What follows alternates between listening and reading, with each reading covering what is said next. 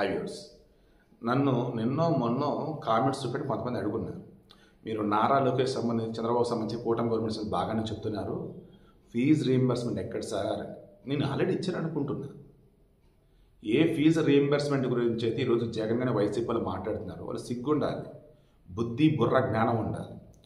వాళ్ళ హయాంలో రిలీజ్ చేయకుండా ఉంచింది అక్షరాల 4,000 కోట్లు. 4,000 కోట్లు వాళ్ళ హయాంలో రిలీజ్ చేసి ఉంటే ఈరోజు లక్షల మంది పిల్లలు ఇబ్బంది పడకుండా ఉండేవారు. ఇప్పుడు నిజంగా ఇబ్బందులు పడుతున్నారు. చాలా చోట్ల సర్టిఫికేట్లు ఆపారు. గవర్నమెంట్ ఇమ్మని చెప్పిన ఇవ్వట్లేదు. ఎందుకంటే వాళ్ళకి సర్టిఫికేట్లు ఇచ్చేస్తే కనీసం డబ్బు ఎవరు ఇస్తారు? ఇప్పుడు నారా లోకేష్ ఏం చెప్పారు? మా ప్రభుత్వం వచ్చాక ఫీజు రీయింబర్స్మెంట్కి సంబంధించి బకాయిలు ఏవైతే మేము క్లియర్ చేసేసాం, ఇక ఇప్పటి నుంచి ఎవ్రీ సెమ్ అంటే ప్రతి 6 నెలలకు ఒకసారి అమౌంట్ పడుతుంది. ఇక ఫీజు రీయింబర్స్మెంట్కి సంబంధించినటువంటి ఇబ్బందులు ఉండవు.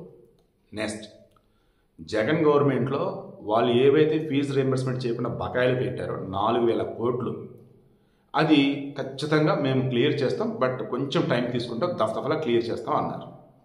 సో సర్టిఫికెట్లు ఎక్కడైతే ఉన్నాయో, మీది జగన్ గవర్నమెంట్ హయాంలో రావాల్సిన డబ్బులు రానట్టయితే మీ దగ్గర ఉన్న డబ్బులతో అమౌంట్ కట్టి విడిపించుకోండి. సర్టిఫికెట్లు ఖచ్చితంగా మీకు గవర్నమెంట్ డబ్బులు మీ అకౌంట్లోనే వేస్తుంది. ఇన్ కేస్ కాలేజీకి కనుక లింకప్ అయి ఉన్నట్టయితే అకౌంట్లో వాళ్ళకి కనుక పడ్డట్టు మీకు క్లారిటీ మెసేజ్ వచ్చింది, అప్పుడు మీ డబ్బులు మీరు వెనక్కి తీసేసుకోవచ్చు, ఇబ్బంది ఏమి ఉండదు.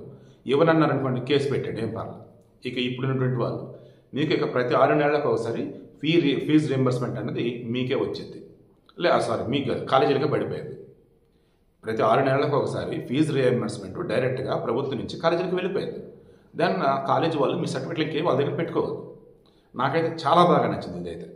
Then what next? ఇంకా మీకు ఏదైనా సమస్యలు ఉన్నట్టుగా మీకు అనిపిస్తే ఎడ్యుకేషన్ డిపార్ట్మెంట్ సంబంధించి కింద కామెంట్లో తెలియచేయండి.